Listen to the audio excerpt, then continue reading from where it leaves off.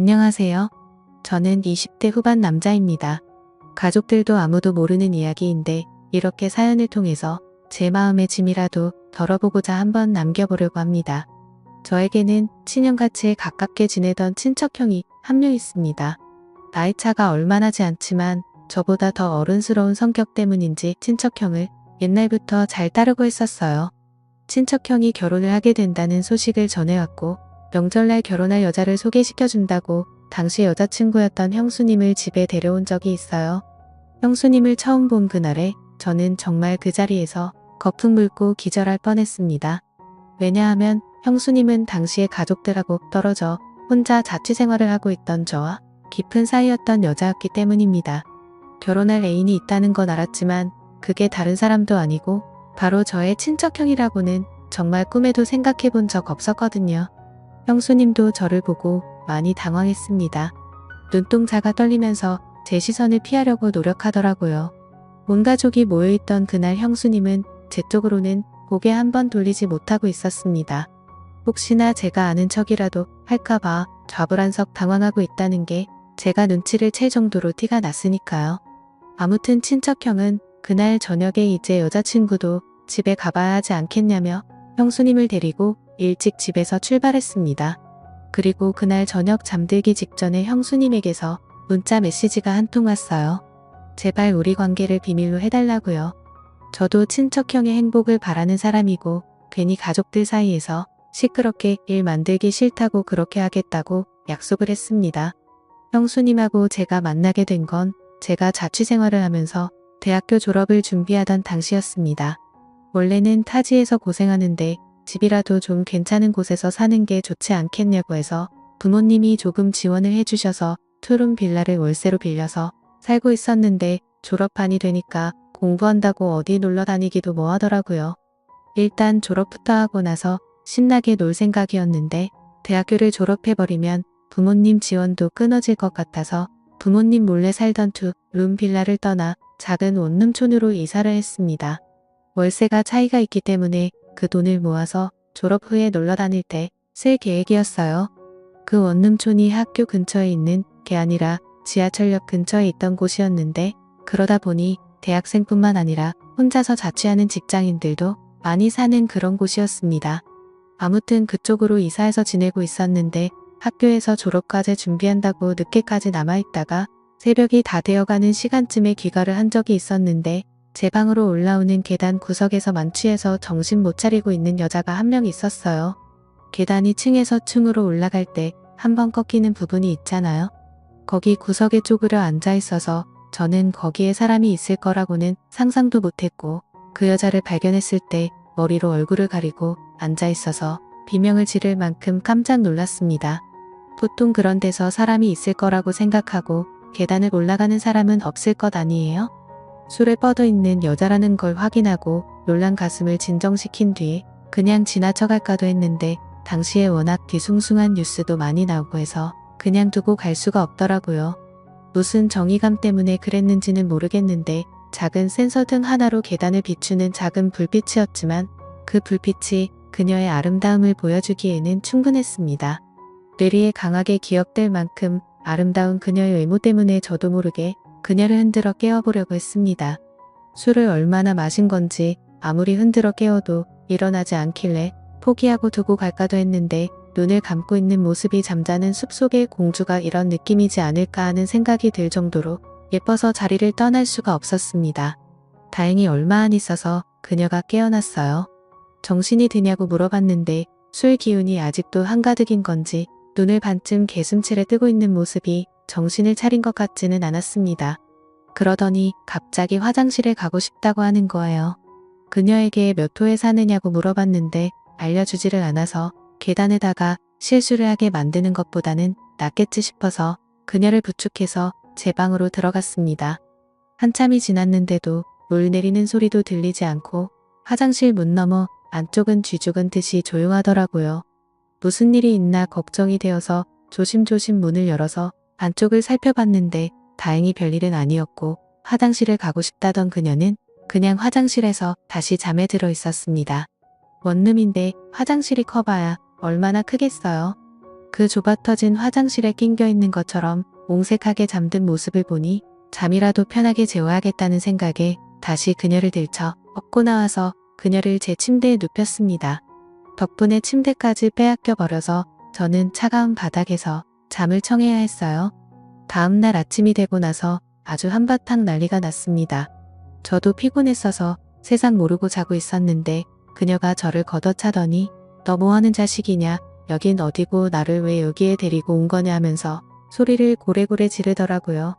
입고 있던 옷도 그대로고 정말 털끝 하나 건드리지 않았다는 건 누구보다 그녀가 더 잘할 텐데 저한테 그렇게 나오는 꼴을 보니 제가 괜히 도와줬다는 생각까지 들 정도였습니다. 난리법석을 피우는 그녀에게 자초지종을 설명하고 제 방에서 잠들게 된 이유까지 설명해 주니 그제서야 그녀가 미안해하면서 고개를 숙인 채 아무 말도 하지 못하고 있었습니다. 그녀는 그 원룸촌 근처 건물에서 사는 사람이었는데 술에 만취해서 건물을 잘못 찾아와가지고 집에는 결국 못 들어가고 계단에서 뻗어버린 거라고 하더라고요. 그녀에게 그래도 만난 게 저라서 다행이지 않겠냐고.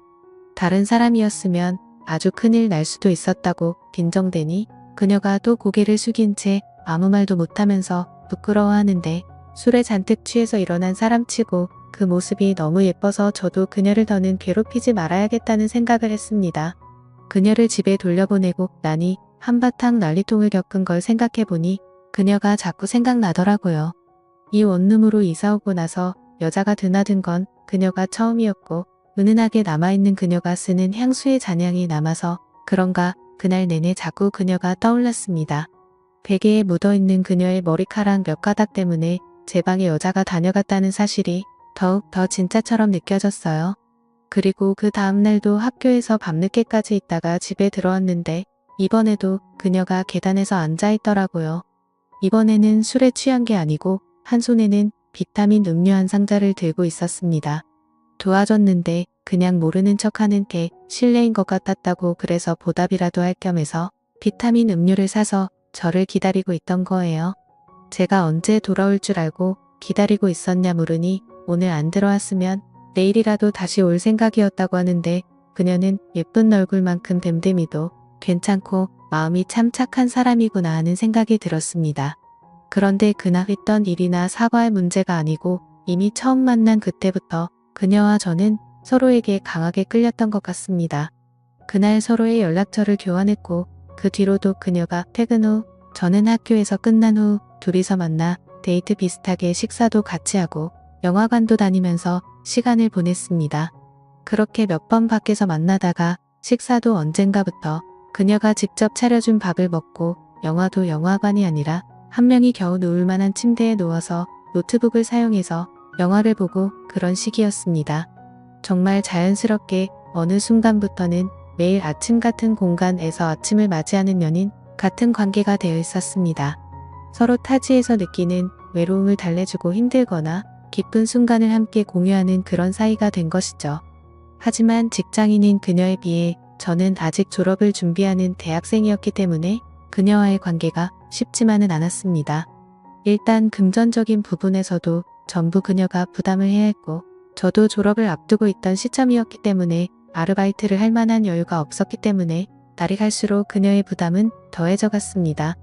심지어 제가 졸업 후에도 계속 자취를 하고 있었는데 제 전공 과목으로는 취직이 당시에 엄청 어려운 상황이었어서 제가 졸업한 이후에도 그녀에게 금전적인 부담은 계속되게 되었습니다.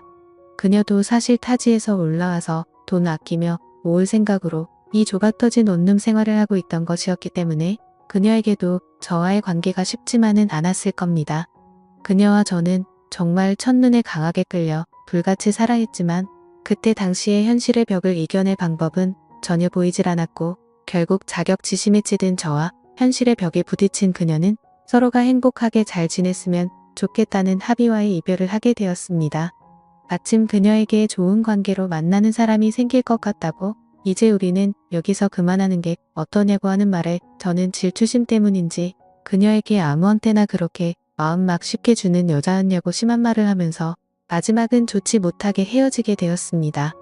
그래도 같은 원룸촌에 살아서 그런지 마주치기 싫어도 마주치는 날이 생기더라고요.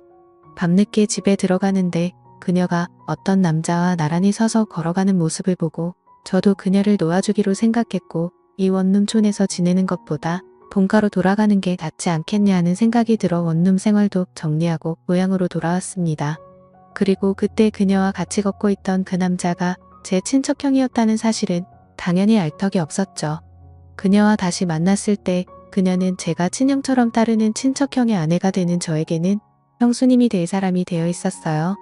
오랜만에 만난 그녀는 예전보다 훨씬 아름다웠습니다. 제가 좋아했던 긴 머리 집중할 때 개슴츠레 뜨는 눈 여전히 그녀는 그녀였습니다. 친척형과의 결혼식장에서 세상에서 가장 아름다운 그녀를 눈앞에 마주했을 때 그때부터 저는 가족 모임에 일절 참석하지 않게 되었습니다. 형수님이 된 그녀를 마주칠 용기가 나질 않았기 때문입니다. 그렇게 몇 년의 시간이 흐른 뒤 저도 결국 원하던 직장에 취직하게 되었고 다시 원룸 생활을 시작하게 되었습니다. 그리고 그녀를 처음 만난 그때처럼 형수님을 제가 사는 원룸 계단 앞에서 다시 만나게 되었습니다. 그때처럼 술에 취한 채 형수님은 제가 혼자 살던 그 집 앞에서 저를 기다리고 있더군요. 형수님이 저를 찾아온 이유가 궁금했지만 저는 아직도 질투심에 사로잡혀 있었습니다. 가정이 있으신 분이 여기까지는 웬일이냐며 빈정대고 그녀를 무시했죠. 형수님은 제 말이 끝나자마자 눈물을 글썽이면서 자기한테 이러지 말라고 울기 시작하더라고요. 형수님은 저와 그렇게 헤어지고 나서 저를 잊은 적이 없다고. 이제 와서 생각해보니 제 친척형에게 끌린 것도 어딘가 묘하게 저와 닮아있는 모습 때문이었던 것 같다고 말하며 결혼 전부터 결혼 후에도 저를 잊은 적이 없다고 하더라고요. 친척형이 제 대신이 될 거라 믿었지만 제 친척형은 친척형일 뿐 제가 아닌 걸 알았다고요. 저는 형수님에게 나도 형수님도 그대로지만 가장 크게 달라진 게 있지 않느냐. 이러면 안 되는 거 우리 서로 알고 있는데 이러지 말자고 한마디 했어요. 친척형이 알면 안 되지 않냐고 물으니 친척형이 현재 출장 중이라는 소식을 말해왔고 형수님도 저를 용기 내서 찾아온 거라고 말하더라고요. 그 말을 들으니 저도 더 이상 참을 수가 없었고 사고를 치고야 말았습니다. 그날 이후로 저희는 몰래 만나고 있는 중입니다. 친척형의 업무 특성상 출장이 잦기 때문에 형수님은 형님이 출장 갈 때마다 길어도 2달에 한 번씩은 저희 집에서 머무르면서 연인처럼 시간을 보내고 있는 거죠. 언제까지 이런 만남을 이어갈 수 있을 거라는 생각은 들지 않아요. 어디에도 말할 수 없는 사이란 것도 알고 있고요. 하지만 시간이 허락하는 한 상황이 허락하는 한 오랫동안 저를 마음에 품어온 그녀와 그녀를 오랫동안 마음속에 품어온 제가 서로의 마음을 확인하는 이 관계를 유지할 생각입니다. 언제가 될지는 모르지만 나중에는 가족들에게도 이 사실을 알려야 할 시간이 올 수도 있지 않을까 걱정도 되네요. 지금까지 제 사연을 읽어주셔서 감사합니다.